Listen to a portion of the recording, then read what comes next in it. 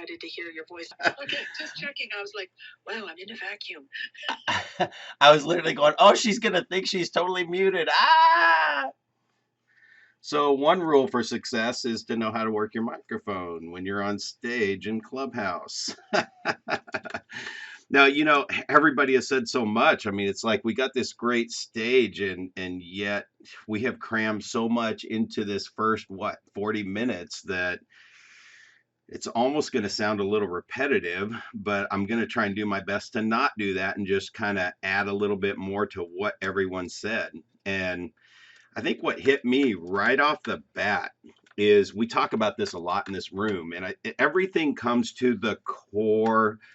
I'm like, if you peel everything back, peel the onion on every conversation everywhere around the planet ever since our existence, it comes back to your heart, and love is kind of what shows up, right? So Gary was talking about, not comparing, and Victoria mentioned her house.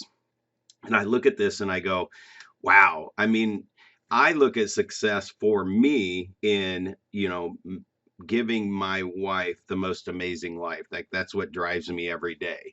And she grew up in a lake community, and in her first marriage, she lost that house to a foreclosure. Didn't see it coming. Didn't know it was even happening. And she spent 18 years while I was married to my second wife for 20 years. She spent those 18 years struggling and fighting as a single mom, taking care of her three kids, losing her lake house, her lake life that she loved. And both her parents are gone, and they were skiers. And she still skis today at 57. Slalom skis, and we go out on the lake and ski. So she lost her boat. Her husband kind of snaked her boat away that she got with her mom's inheritance. That was her. That just reminded her of her mom and her dad, and it was everything. So when I met Lynette, it's like, that's what I do. It's like, all right, we're going back to the lake. Now, believe me, lake houses here are freaking crazy out of control. I don't know how I'm going to make this happen, but I never ever let that drive my success. Like from the beginning, what I can't do, it's like, we're just going to start moving towards it until we get there. And it's amazing how fast it happens. But back to what Victoria said about the house, guys, I'm really like a second tier. I am a second tier house, but we have this first tier view of the lake where we got our house. We bought the last cheapest house under $500,000 that will ever exist in this neighborhood again. I don't know how that happened. It just happened because I go out every day and I show up, as I think it was Gary or Robert, or not Gary, or Amanda were saying, just show up. And I just work towards that every day, making her happy. And at the end, what happened is we have the most amazing house. Now, if you compare it to a lot of people we know out here, it might be the smallest house out here.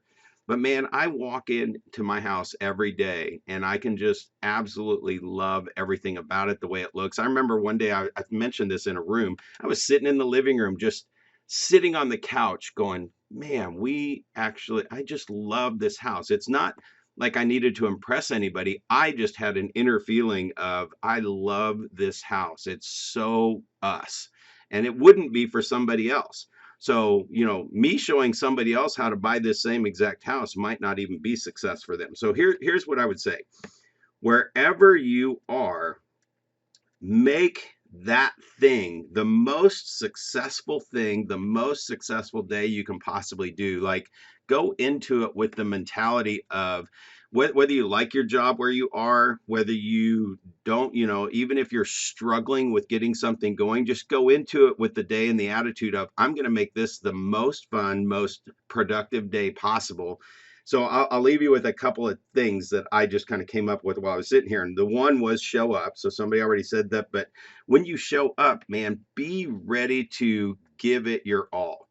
And I kind of attribute this to, let's just say you're in one of your first jobs and it's McDonald's, or, some a Walmart greeter, and somebody may love Walmart greeting. I'm telling you from my perspective, if Brad Korn were at McDonald's again working, and if I hated that working there, that has nothing to do with the brand. I'm just saying, if I hated slinging burgers and that's where I was, I would be slinging burgers. I'd probably be creating a system for sling them a little faster. Now they have their own system, but I'd be adding to that system to make my job fun. And sometimes I gamify everything.